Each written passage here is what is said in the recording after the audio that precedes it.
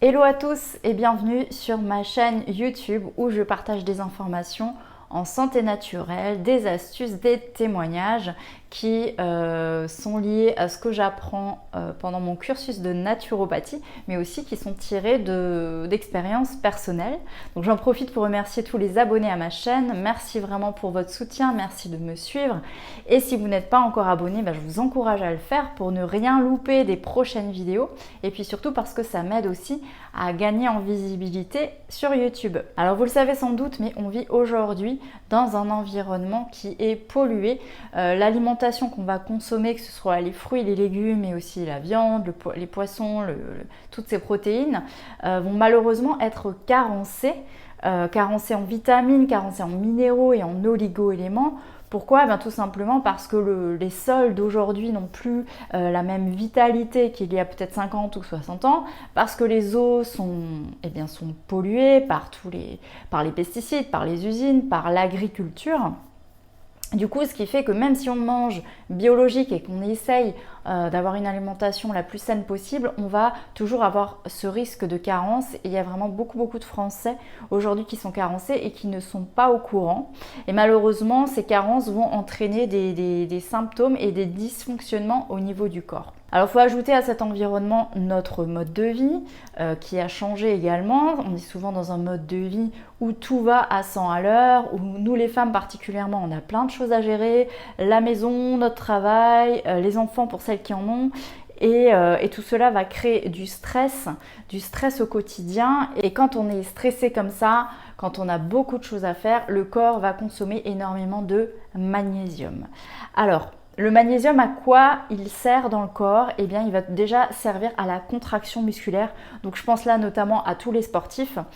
Si vous faites beaucoup de sport, pensez vraiment à vérifier votre statut en magnésium et complémentez-vous si vous pensez que vous en avez besoin. Le magnésium va aussi réguler le calcium à l'intérieur de la cellule. Il va nous servir à la synthèse d'ATP. L'ATP, c'est la molécule d'énergie qui est créée par nos cellules tous les jours. Il va y avoir aussi un lien avec la thyroïde et le magnésium va nous aider à fabriquer deux neurotransmetteurs très importants que sont la dopamine et la sérotonine. Donc la dopamine va nous servir à nous mettre en action et la sérotonine, elle, va jouer un rôle dans notre sommeil. Ensuite, le magnésium a un rôle au niveau du système digestif. Il va jouer un rôle au niveau de la réaction inflammatoire. D'ailleurs, il a été prouvé, un lien a été prouvé en fait entre le niveau de magnésium et le niveau d'inflammation. Et souvent, plus les personnes sont en inflammation, plus ils sont aussi carencés en magnésium. Le magnésium va nous protéger des maladies cardiovasculaires. Il va jouer un rôle au niveau de la résistance à l'insuline, donc ce qui se passe en fait avant de développer un diabète et qu'on veut bien évidemment éviter. Et quand les femmes qui sont carencées en magnésium ont souvent des syndromes prémenstruels, donc ce qui se passe avant les règles, qui sont décuplés. Alors où est-ce qu'on trouve du magnésium dans l'alimentation? Alors on va en trouver dans les fruits secs, les oléagineux, les amandes, les noisettes, les noix de cajou, beaucoup aussi dans les noix du Brésil. Je vous conseille d'ailleurs d'en consommer au moins 2 par jour, des noix du Brésil qui contiennent d'ailleurs également du sélénium. On va trouver du magnésium dans les légumes verts, les légumineuses, les poissons gras, notamment les sardines à l'huile. On va en trouver dans les crustacés, mais aussi le chocolat en poudre et le chocolat en tablette, mais dans ce cas-là, préférez un chocolat noir, au minimum à 75% pour avoir vraiment beaucoup de cacao.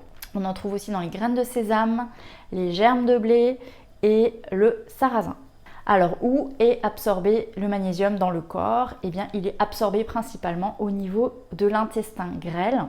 Et sachez que seulement 1/3 des apports qu'on va ingérer va être absorbé. Donc, 2/3 sont automatiquement éliminés. Alors, le magnésium a des ennemis, on appelle ça aussi des inhibiteurs, qui vont empêcher l'absorption de ce minéral. Donc on va avoir déjà les médicaments et notamment les IPP, les inhibiteurs de pompe à protons. Il y a aussi l'alcool, le fait de manquer d'acidité gastrique. Si vous êtes carencé en vitamine D, mais aussi les phytates, donc médicaments on en a parlé, mais aussi les boissons comme le café et le thé noir vont vraiment empêcher l'assimilation du magnésium. Donc si vous consommez ce genre de boissons, je vous préconise de dissocier votre prise de magnésium et la prise de ces boissons. Alors si on veut prendre du magnésium, que ce soit par l'alimentation ou en complément, comment faire pour bien l'absorber? Alors tout d'abord, on va éviter les fameux inhibiteurs dont je viens de vous parler. Ensuite, on va choisir la bonne forme.